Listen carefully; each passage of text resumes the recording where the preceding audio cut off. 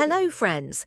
This is the program Empire of Lies, where we discuss manipulation and disinformation in Russian media, famine, sanctions, and a global conspiracy, how Russian propaganda explains US policy. In Wladimir Solowjows' program, Western readers are presented with a condensed model of the world, where international politics is explained through global catastrophes, secret conspiracies, and radical decisions.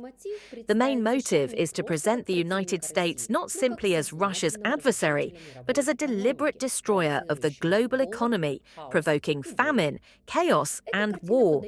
This picture is presented as obvious. They know for sure. Then comes the emotional accusation. Trump and Congress are allegedly preparing a global famine. For Russian audiences, this word has a pronounced psychological effect, mass starvation as a deliberate policy. The use of the term underscores the main thesis. The West is not simply mistaken, it wants millions to die. A global conspiracy through sanctions. The narrative revolves around the idea of total US sanctions, 500% tariffs on all trade with Russia. Solovjov interprets them not as an instrument of economic pressure, but as an attempt to provoke global famine. The logic of the program is simple. Russia exports more wheat than the US. Russia is the world's largest supplier of fertilizer. Therefore, sanctions against Russia equals famine, revolutions, declining harvests, the deaths of millions. The picture is deliberately exaggerated. India, Brazil, Mexico, China, Africa, all are listed as victims of American policy.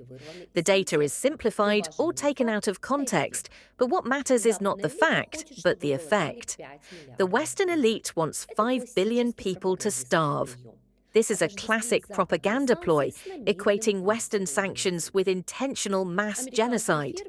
An American farmer as Trump's betrayer, Solovyev, constructs a paradoxical construct. The US itself depends on Russian fertilizers. Sanctions will hit American soybeans and corn. Farmers, Trump's base of supporters, will be ruined.